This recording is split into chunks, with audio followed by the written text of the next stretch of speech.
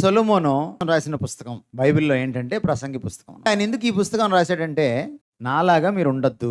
తాను యవ్వన దశలో సరిగా లేకపోవడం వల్ల తన జీవితం నాశనం అయిపోయింది. తన జీవితం నాశనం అవడమే కాదు, దేశం కూడా నాశనం అయింది. ఎందుకంటే ఈయన రాజుగారు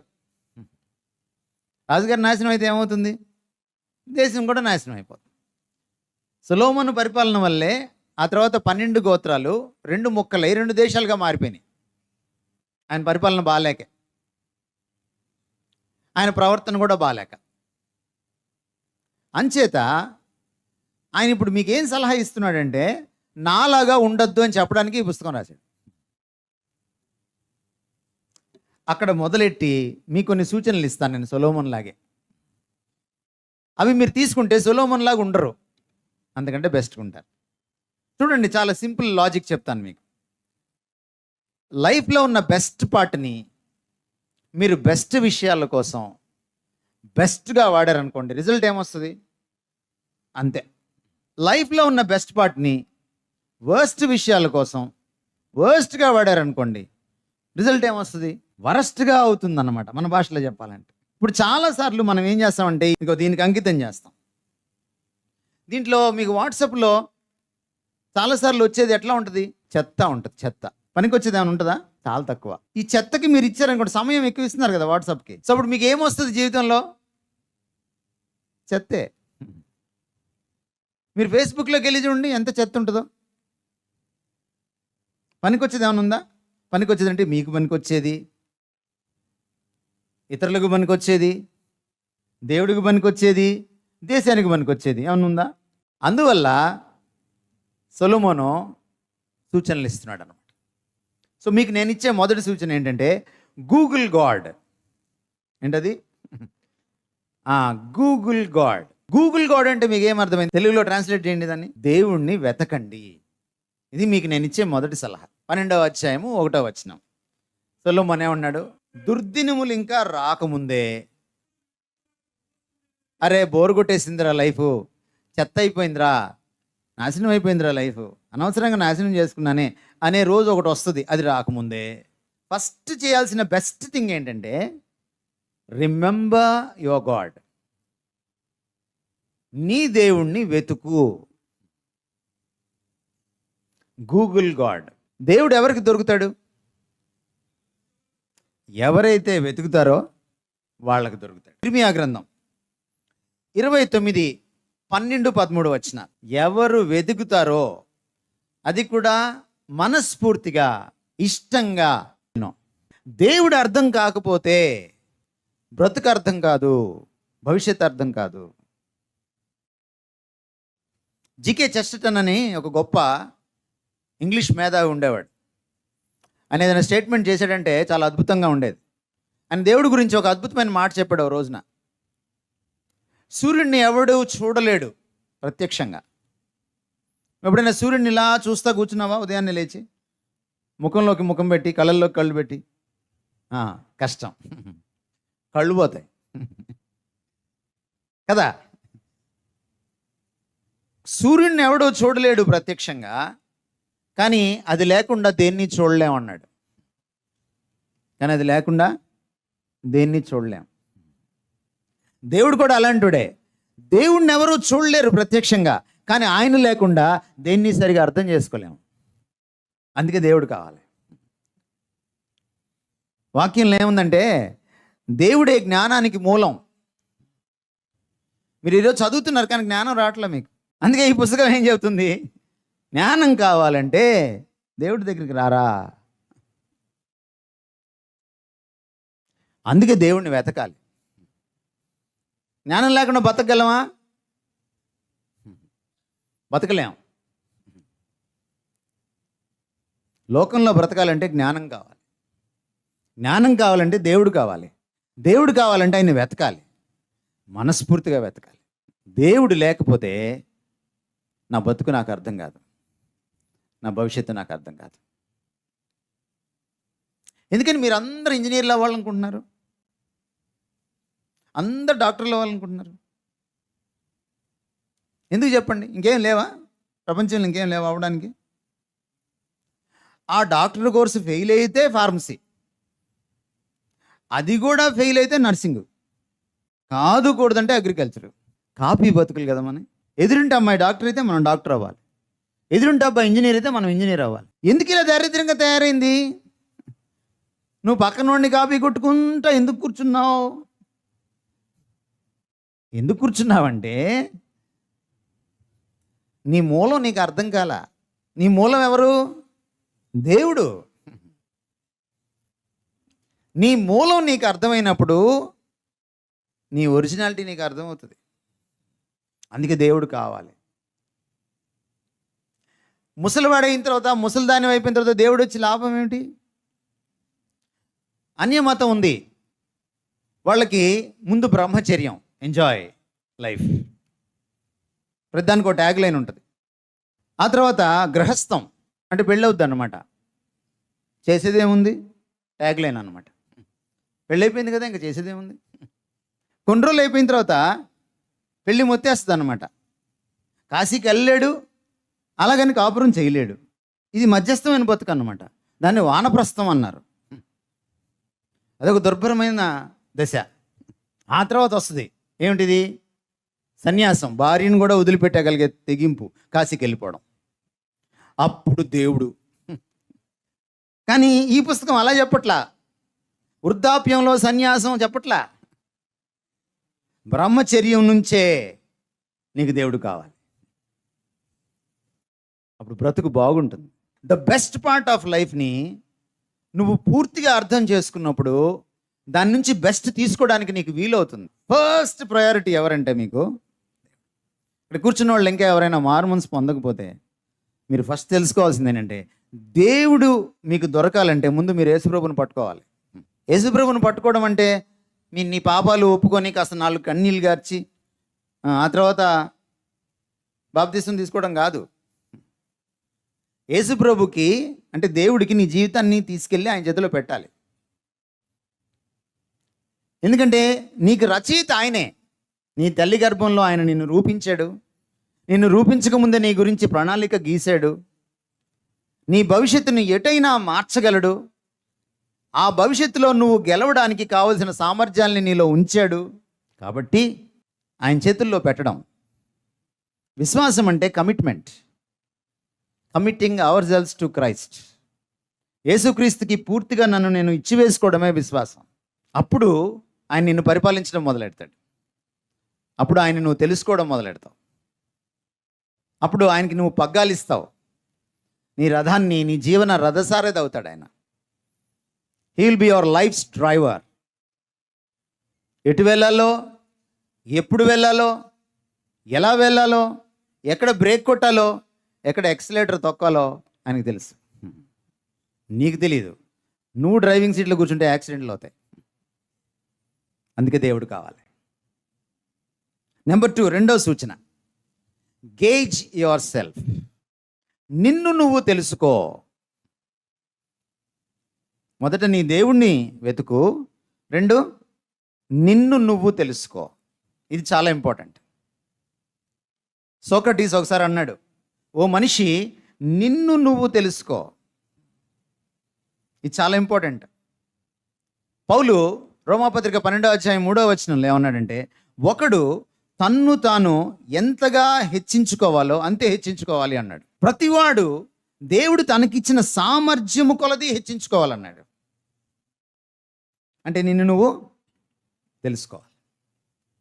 బైబిల్ చాలా అద్భుతమైన విషయాలు మీ గురించి చెప్తుంది. హూ ఆర్ యూ అని అడిగితే బైబిల్ ఏం చెప్తుంది? మీరేం చెప్తారు? మా అమ్మ కొడుకుని, మా నాన్న కుట్టిని అని చెప్తారా? ఏం చెప్తారు? మహా అంటే మీ పేరు చెప్తారు. ఎవరు నువ్వు అంటే అర్థం ఏంటంటే, నీ సామర్థ్యం ఏంటి, నీ స్వభావ స్వరూపం ఏంటి, నీ సత్తా ఏంటి, లోపల నువ్వెవరు, నువ్వేం చేయగలవు. మీరు ఉద్యోగంకి వెళ్ళినప్పుడు ఫస్ట్ ఏం అడుగుతారు? ఎవరు నువ్వు? అదే క్వశ్చన్, ఫస్ట్ క్వశ్చన్. మీ ఫేస్బుక్, వాట్సాప్ మీకు ఏం చెప్తుంది అంటే, పక్కింటోడు ఎవరో చెప్తుంది, మీరెవరో చెప్పదు. మీరు గూగుల్లో కొట్టండి హూ యామ్ ఐ అని, వస్తుందేమో ఆన్సర్. గూగుల్ తల్లి కూడా చెప్పదు.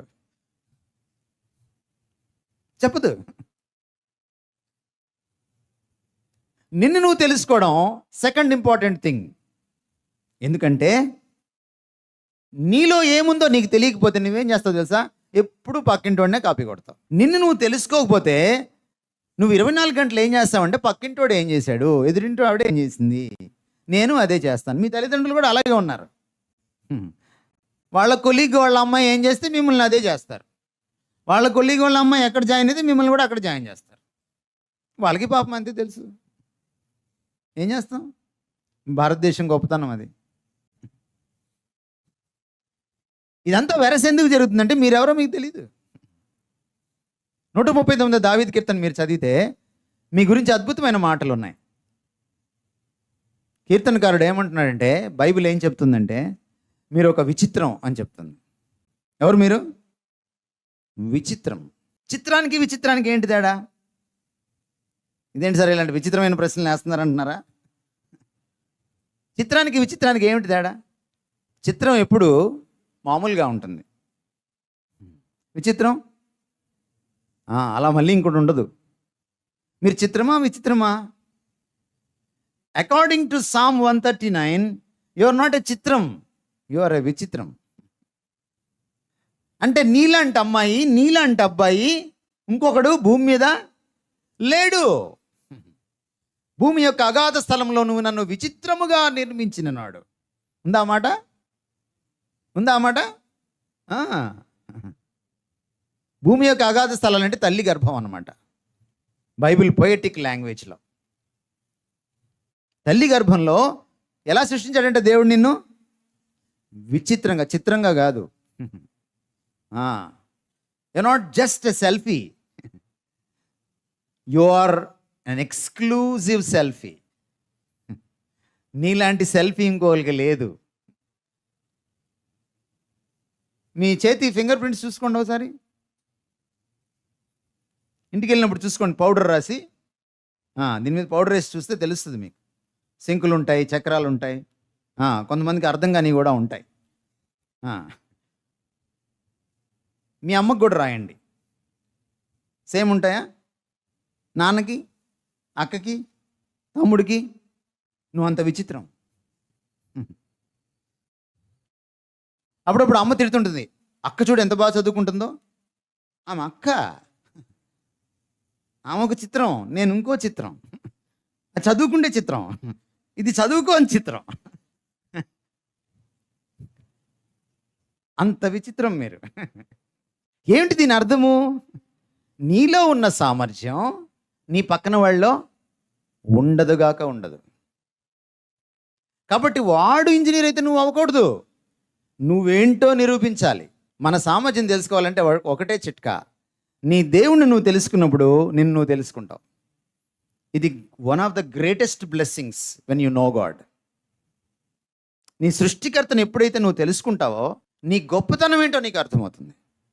దావీదుకి ఎందుకు అర్థమైంది ఆయన గొప్పతనము? 139 దావీదు కీర్తనలు అంత అద్భుతంగా ఎలా అర్థమైంది? ఈ మాటలు అనకముందు, తానెంత గొప్పవాడో చెప్పకముందు, ముందటి వచనాలకు మీరు వెళ్ళి చూస్తే దేవుడు ఎంత గొప్పవాడో చెప్తాడు. ఆయన దాదాపుగా 12వ వచనం దాకా దేవుడి గురించే మాట్లాడతాడు. 13వ వచనం నుంచి తన గురించి మాట్లాడతాడు. నీకు దేవుడు ఎవరో తెలియకుండా, ఆయన ఔన్నత్యం గొప్పతనం ఏంటో తెలియకుండా నీ గురించి నీకు తెలీదు. నువ్వెంత గొప్పవాడివి, గొప్పతనం అంటే నీకోసం దేవుడు దిగొచ్చి ప్రాణం పెట్టాడు. అంత గొప్పదాన్ని, అంత గొప్పవాడివి. దూతలు పాపం చేశారు, మనకంటే సీనియర్లు, వాళ్ళు సూపర్ సీనియర్లు. పాపంలో వాళ్ళు పాపం చేయగానే తన్ని తగిలేశాడు వాళ్ళని దేవుడు. వాళ్ళ కోసం చచ్చిపోలా, దేవదూతగా మారలా. హెబ్రీ గ్రంథకర్త ఏమన్నాడంటే 2వ అధ్యాయంలో, ఆయన దేవదూతల స్వభావమును ఎంత మాత్రమును ధరించుకోలేదు, కానీ మన స్వభావం ధరించుకున్నాడు. అబ్రహాము సంతాన స్వభావం ధరించుకున్నాడు, మనుషుల స్వభావం ధరించుకున్నాడు. ఎందుకని? మనిషిని రక్షించడానికి. అంటే you are greater than in value, greater than angels. నువ్వు దేవదూతల కంటే గొప్పవాడివి, గొప్పదానివి. సిలువ చూడు ఒకసారి, సిలువను చూస్తే నీకు అర్థమవుద్ది దేవుడి ప్రాణం ఎంత విలువైందో. నువ్వు అంత విలువైన దానివి, నువ్వు అంత విలువైన వాడివి. You are equal to the life of God, not less than the life of God. మిమ్మల్ని మీరు, ఈ పుస్తకం కరెక్ట్గా చెప్తుంది మీ గురించి. మీరు తప్పు చేసినా చెప్తుంది, మీరు రైట్ చేసినా చెప్తుంది. మీ ప్లస్లు చెప్తుంది, మీ మైనస్లు కూడా చెప్తుంది. మూడవ సలహా, గాడ్ యువర్ మైండ్. ఒక చాలా పెద్ద ప్రమాదకరమైన విషయం ఏంటంటే మీ మనసే. ఆ మనసుతోటి చాలా చిక్కులు. ఒక వాట్సాప్ చాలు మీ మనసుని నాశనం చేయడానికి. ఒక ఫేస్బుక్ వాల్ మీద ఉన్నటువంటి ఒక విషయం చాలు మీ మనసుని నాశనం చేయడానికి. మీ సెల్ ఫోన్కి వచ్చే ఒక SMS చాలు మీ మనసుని నాశనం చేయండి. మీరు రాత్రి పడుకునే సమయంలో ఒక అన్నోన్ నెంబర్ నుంచి మీకు 2 పదాలు హాయ్ డార్లింగ్ అని వచ్చింది అనుకోండి, చాలు మీ జీవితం నాశనమే. కాబట్టి మీరు దేన్ని గాడ్ చేసుకోవాలి? గాడ్ అంటే ఏంటి? కాచుకోవడం. మనసును కాచుకోవాలి. తన మనసుని కాచుకోని వాడు ప్రాకారం లేని పురముతో సమానము అన్నాడు సొలొమోను సామెతల్లో. పాత రోజుల్లో పట్టణాలకు చుట్టూ ప్రహరీ గోడలు ఉండేవి, చాలా ఎత్తుగా ఉండేవి. ఇప్పుడైనా కోట గోడలు చూసారా మీరు? దానిపైన బురుజులు ఉండేవి. ఆ బురుజుల పైన అందరూ ఎప్పుడు కాపలా కాస్తూ ఉండేవాళ్ళు, ఎవరైనా యుద్ధం చేయడానికి వస్తారా మా మీదికని. ఒకవేళ ఆ ప్రాకారం లేకపోతే ఆ పట్టణం పరిస్థితి ఏంటి? ఎవడైనా ఎప్పుడైనా వచ్చి ఆ పట్టణస్తులను దోచుకోవచ్చు, చంపచ్చు, ఈడ్చుకెళ్ళచ్చు, ఏమైనా చేయొచ్చు. మన ఏమన్నాడంటే ఒకడి మనస్సు అది కంట్రోల్లో లేకపోతే, దాన్ని కాచుకోకపోతే ఆ ప్రాకారం లేని పురముతో అది సమానం. అపవాది ఎప్పుడు దాడి చేద్దామా అని చూస్తూ ఉంటాడు, గర్జించు సింహం వలె తిరుగాడుచుంటాడని పేతురు రాశాడు. మీరు ఆల్రెడీ గేట్లు తీసేసి ఇటు వాట్సప్, ఇటు ఫేస్బుక్, ఇటు టీవీ, అటు సీరియల్ అన్నీ పెట్టుకొని మీరు కూర్చుంటే వాడు హాయిగా లోపలికి వస్తాడు. సో మీరేం చేయాలి? మీ మనసుని కాపాడుకోవాలి, కాచుకోవాలి. రోమపత్రిక 12వ అధ్యాయం 2వ వచనంలో ఏం రాయబడిందంటే మీరు ఈ లోక మర్యాదను అనుసరించి నడుచుకోకూడదు. ఆ తర్వాత ఆయన మనసు గురించి మాట్లాడాడు. మనసును కాచుకుంటే లోకం నుంచి కాచుకున్నట్టు. లోకం ఫస్ట్ దేని నుంచి వస్తుంది? మన జీవితంలోకి ముందు మనసులోకి వస్తుంది. పాపం ఎలా వస్తుంది మన జీవితంలోకి? ముందు మనసులోకి వస్తుంది.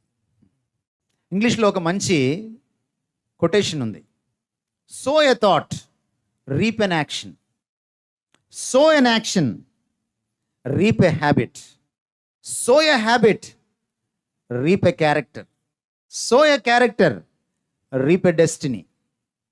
ఏది విత్తుతావు అది కోస్తావు అన్నారు కదా యేసుక్రీస్తు వారు. నువ్వు ఆలోచన విత్తితే క్రియలు కోస్తావు, క్రియలు విత్తితే అలవాట్లు కోస్తావు, అలవాట్లు విత్తితే క్యారెక్టర్ కోస్తావు, క్యారెక్టర్ విత్తితే అదే నీ గమ్యస్థానం చివరికి, అదే ఈ కూర్చుంటావు. మీరేం చూస్తున్నారు? మీరేం వింటున్నారు? మీరేం చదువుతున్నారు? ఇవన్నీ చాలా ఇంపార్టెంట్. ముఖ్యంగా ఎవరూ లేనప్పుడు మీరేం వింటున్నారు? ఎవరు మిమ్మల్ని చూడనప్పుడు మీరేం చూస్తున్నారు? నిన్ను పాడు చేసే ఏది కూడా నీ మనసులోకి వెళ్లకుండా నువ్వు చూసుకోవాలి, నువ్వు ఫిల్టర్ చేసుకోవాలి. చాలా అవసరం. నువ్వు చూజీగా ఉండాలి. నువ్వు ఏం ఆలోచిస్తున్నావో అదే ఆచరణలోకి వస్తుంది. ఆలోచనే ఆచరణగా పరిణమిస్తుంది. What you think that you become. Yes, అందుకని మన థింకింగ్ చాలా ఇంపార్టెంట్.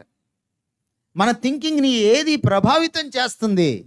నువ్వు యూట్యూబ్లో ఏం చూస్తున్నావు, నువ్వు టీవీలో ఏం చూస్తున్నావు, నువ్వు ఫేస్బుక్లో ఏం చూస్తున్నావు, లేకపోతే నువ్వు వాట్సాప్లో ఏం చూస్తున్నావు, సోషల్ మీడియాలో నుంచి నీ యొక్క మనసులోకి ఏం వెళ్తోంది, నీ ఫ్రెండ్స్ దగ్గర కూర్చున్నప్పుడు ఏం మాట్లాడుకుంటున్నావు, ఏం కామెంట్లు చేసుకుంటున్నావు, ఇవన్నీ కూడా నీ క్యారెక్టర్ని షేప్ చేస్తాయి. మనసు ఒకసారి షేప్ అయిపోయింది అనుకోండి, నువ్వు కూడా ఆ షేప్లోకి వెళ్తావు. పౌలు రోమాపత్రిక 12వ అధ్యాయం 2వ వచనం రాసేటప్పుడు మీరు ఈ లోకను మర్యాదను అనుసరించి నడుచుకొనవద్దు అని రాసినప్పుడు గ్రీక్లో దాని అర్థం ఏంటంటే ఈ లోకము మిమ్మల్ని, మీ మనసుల్ని తన మూసలోకి లాక్కోనివ్వద్దు అని అర్థం గ్రీక్లో. మీరు అప్పుడప్పుడు పండగలకి రోడ్డు మీద వెళ్తుంటే దేవుళ్ళ బొమ్మలు అచ్చులు పెట్టేసి ఉంటాయి అక్కడ, చూసారా మీరు ఎప్పుడైనా? దేవుళ్ళ బొమ్మలు ఉంటాయి రోడ్డు మీద, ఊరు బయట, చూసారా ఎప్పుడైనా? చూడండి వాళ్ళు ఎలా బొమ్మలు చేస్తారు. మట్టి ముద్ద కలిపి ఆ మూసలో పోస్తే ఆ మూసలో ఏ బొమ్మ ఉందో అదే వస్తుంది బయటికి. అచ్చులు అనమాట, వాటిని అచ్చులు అంటారు. ఇప్పుడు మీ మనసుని లోకం మూసలోకి మార్చే అచ్చు ఏంటో తెలుసా? మీ వాట్సాపే, మీ ఫేస్బుక్కే, మీ సోషల్ మీడియా అకౌంట్సే. ఇన్స్టాగ్రామ్ ద్వారా ఇన్స్టెంట్గా నువ్వు చెడిపోగలవు. మనసును కాచుకుంటేనే క్యారెక్టర్ బాగుంటుంది. ఫిలిప్పీ పత్రిక 4వ అధ్యాయం 8వ వచనం చదవండి. 6 విషయాలు చెప్పాడు కదా. ఏవి కావాలో లిస్ట్ ఇచ్చాడు అక్కడ. అవి కాకుండా బయటవి మీరు చూడకూడదు, చేయకూడదు, మనసులోకి వెళ్ళకూడదు. అప్పుడే మీ బతుకు బాగుంటుంది. కీర్తనలో ఇంకో సలహా ఉంది. అదేమిటంటే వాక్యాన్ని ధ్యానించాలి. మనసుని ఎప్పుడైతే వాక్యంతో నింపుకుంటారో మీకు చెడు ఎంటర్ అవ్వడానికి అవకాశం ఉండదు. చెడు రాకుండా ఎలా చేయొచ్చు మనసుని? మీరు ఖాళీగా కూర్చున్నారు అనుకోండి, చెడు వచ్చి కూర్చుంటుంది. An idle man's brain is devil's workshop అన్నారు. అండ్ ఐడిల్ మ్యాన్ అంటే ఖాళీగా కూర్చున్నాడు అనమాట. వాడి మనసు ఎలా ఉంటుందంటే దయ్యాల కర్మాగారం లాగా ఉంటుంది అనమాట. ఒక ఆయన చాలా అద్భుతంగా దీన్ని ట్రాన్స్లేట్ చేశాడు. సోమరి మనసు సాతాను ఆఫీస్ అని. ఏం చేయకుండా కూర్చున్నాం అనుకో ఏమవుతుంది? ఖాళీ మనసుతో కూర్చుంటే ఖాళీ మనసుతో ఉన్న వాళ్ళని వాడు ఆడుకుంటాడు. మీ మనసును కాచుకోవడం తర్వాత సంగతి, వాడు ఆడుకోవడం మొదలెడతాడు. అందుకని మీరేం చేయాలి? మనసుని వాక్యముతో నింపుకోవాలి, ధ్యానించాలి. మళ్ళీ మళ్ళీ ఆలోచించడమే ధ్యానించడం. వాక్యాన్ని నింపుకొని మళ్ళీ మళ్ళీ ఆలోచిస్తారో వాళ్ళ మనసుల్లోకి లోకం, పాపం, చెడు రావడం చాలా చాలా కష్టం. You have to God your mind. 4వ సలహా, గ్రాబ్ యువర్ టైం. గ్రాబ్ అంటే జౌరుకోవాలి, చేజిక్కించుకోవాలి, కాలాన్ని పట్టుకోవాలి, దాన్ని వెనక పరిగెట్టాలి. కాలం మన కోసం ఆగదు. Time and tide waits for none అని ఉంది ఇంగ్లీష్లో. Time and tide. మీరు కాకినాడలో ఉన్నారు కదా, టైడ్ అంటే అలా పైకి లేచి సెల్ఫీ తీసుకుంటాను ఆగంటే ఆగదు, పడిపోద్ది. Time and tide waits for none. ఎవరి కోసం అది వేచి ఉండదు, మనమే దాని వెనక పరిగెట్టాలి. అందుకనే ఎఫెసీ పత్రికలో ఏమన్నాడు పౌలు? జ్ఞానము కావాలి నీకు. సమయాన్ని ఎలా వాడాలో నువ్వు తెలుసుకోవాలంటే నీకు జ్ఞానం కావాలి. ఎక్కడి నుంచి వస్తుంది? కింద దేవుని చిత్తం గురించి మాట్లాడతాడు, దేవుడి దగ్గర నుంచి వస్తుంది అది. మళ్ళీ పాయింట్ నెంబర్ 1, గూగుల్ గాడ్. ఇది చాలా ప్రాముఖ్యమైన విషయం. Time is very very precious. Best టైంని దేనికోసం వాడాలి? బెస్ట్ థింగ్స్కి వాడాలి. అందుకనే మీకు చెప్పింది, ఏవి రమ్యమైనవో, ఏవి ఖ్యాతి కలిగినవో, మాన్యమైనవో, సత్యమైనవో, బెస్ట్ థింగ్స్ అన్నమాట. బెస్ట్ థింగ్స్ని చూసి పెట్టుకొని వాటికి మాత్రమే మీరు టైం ఇచ్చారంటే ఇంకా చూసుకోండి భవిష్యత్తులో మీరు ఎలా ఉంటారో. అద్భుతంగా ఉంటుంది మీ జీవితం. దేవుని చిత్తంలోంచి జ్ఞానం వస్తుంది. దేవుని చిత్తం ఈ పుస్తకంలో ఉంటుంది. ఇది లైఫ్స్ గైడ్, జీవితానికే గైడ్. ఇది దేవుడిని మాత్రమే నాకు పరిచయం చేయదు, నన్ను నాకు పరిచయం చేస్తుంది. ఎలా బ్రతకాలో నేర్పిస్తుంది, కాలాన్ని ఎలా సద్వినియోగం చేసుకోవాలో నేర్పిస్తుంది. Time is very important. మీరు అనుకోవచ్చు ఒక్క సెకండే కదా. ఒక్క సెకండ్ కూడా ఒక జీవితం అంత విలువైంది. ఒక్క సెకండ్ విలువ తెలియాలంటే ఒక ఆయన ఏమన్నాడంటే, ఒక్క సెకండ్లో యాక్సిడెంట్ మిస్ అవుద్ది, వాడిని అడగండి చెప్తారన్నాడు. ఒక సెకండ్లో యాక్సిడెంట్ మిస్ అవుద్ది చూడు, వాడిని అడగండి చెప్తారన్నాడు. ఇటు ఇట్లా వెళ్తాడు, లారీ ఇట్లా వెళ్ళిపోద్ది, ఇటు ఇట్లా వెళ్తాడు, కారు ఇట్లా వెళ్ళిపోద్ది. ఒక సెకండే. Go after a goal. Goal లేదు, అందుకే బ్రతుకు గోల్మాల్ అయిపోయింది. పౌలు అని ఒక ఆయన ఉన్నాడు. ఫిలిప్పీ పత్రిక మీరు చదివితే మళ్ళీ ఆయన ఏమంటాడంటే, గురి యొద్దకే పరిగెడుచున్నాను. ఆయనకి జీవితంలో ఏముంది? గోల్ ఉంది. మన జీవితంలో ఏం లేదు, గోల్ లేదు. యేసుప్రభు వారిని చూడండి, ఆయన 12 ఏళ్ళప్పుడు కదిలిచ్చింది వాళ్ళ అమ్మ. ఆయన తప్పిపోయాడు, 3 రోజులకు తెలుసుకున్నారు వాళ్ళు. పాత రోజుల్లో మనలాగా ఓల్వో బస్సులు, కార్లు, సైకిళ్ళు, ఆటోలు ఉండేవి కాదు. క్యారవాన్ అనేవాళ్ళు అనమాట. బండి వెనుక బండి కట్టు అన్నట్టు వాళ్ళు బండ్లు కట్టుకొని ఒక 100 బండ్లో, ఒక 50 బండ్లో, ఒక 25 బండ్లో ఒక ఊరు నుంచి ఇంకో ఊరికి వెళ్ళేవాళ్ళు దీపాలు పెట్టుకొని దగ్గర. ఎందుకంటే దారిలో దొంగల భయం.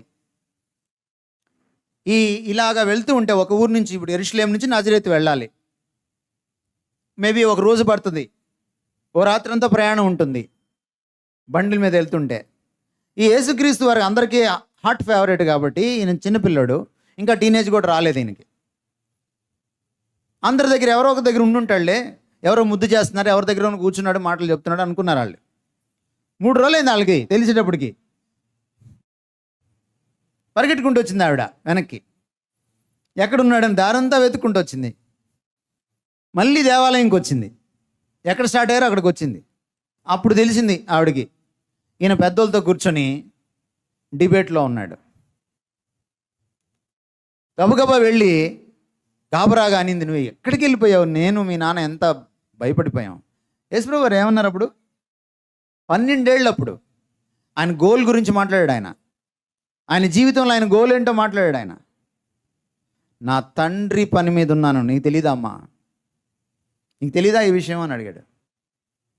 మళ్ళీ సిలువకి ఎక్కేటప్పుడు, అంటే 33-34 ఏళ్ళప్పుడు, అంటే దాదాపుగా ఇంకొక 28 సంవత్సరాల తర్వాత మళ్ళీ ఆయన గెత్సెమనేలో ఒక్కడే కూర్చొని తన తండ్రి కళ్ళల్లోకి చూసి, మీరు యోహాను సువార్త 17వ అధ్యాయం చదివితే, భూమి మీద నువ్వు నాకు అప్పగించిన పని నేను ముగించాను, సంపూర్ణంగా ముగించాను, ఇప్పుడు నువ్వు నన్ను మహింపరచు. చిన్నతనం నుంచి తెలుసా ఆయనకి తన లైఫ్ గోల్ ఏంటో.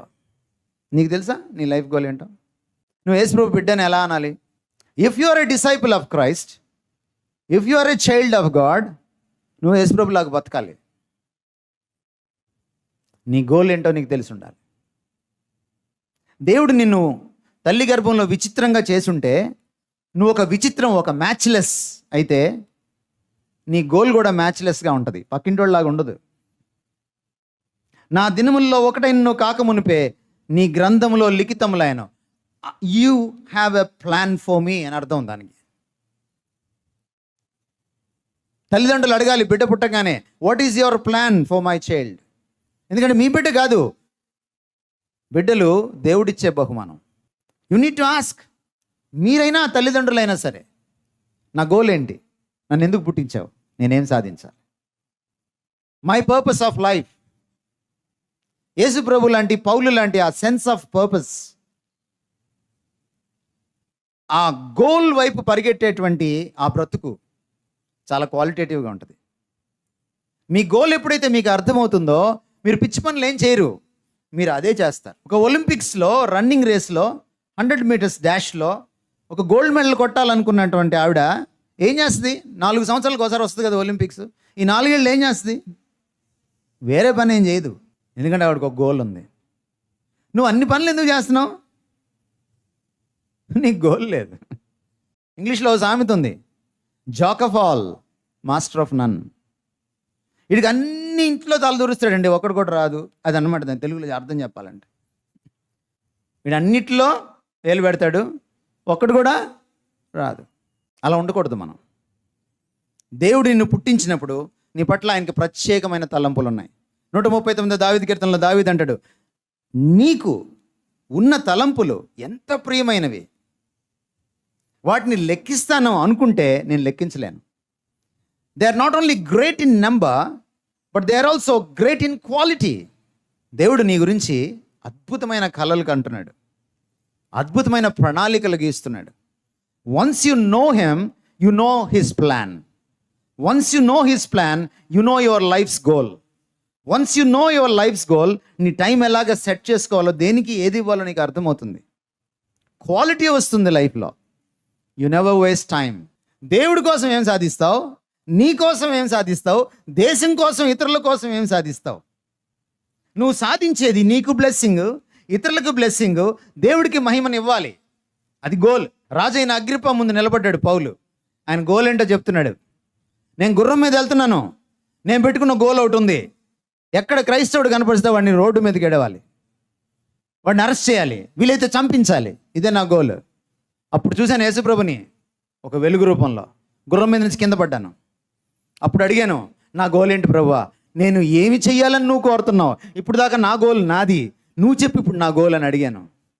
అప్పుడు ఆయన చెప్పాడు, ఇది నీ గోలు, వెళ్ళు అన్యులకి నా గురించి చెప్పు. రాజైన అగ్రిప్పా, ఆ గోల్కి ఈ రోజుకి కూడా నేను అవిధేయుణ్ణి కాను. I have a goal. ఎలా తెలిసింది? దేవుణ్ణి చూశాడు కాబట్టి, దేవుణ్ణి కలుసుకున్నాడు కాబట్టి, దేవుడితో కనెక్ట్ అయ్యాడు కాబట్టి. జీవితంలో గోల్ ఉంటేనే గోల్మాల్ అవ్వకుండా ఉంటావు. గోల్ ఉండాలంటే దేవుడు కావాలి, గోల్ ఉండాలంటే గాడ్ ఉండాలి. Thank you so much. God bless you.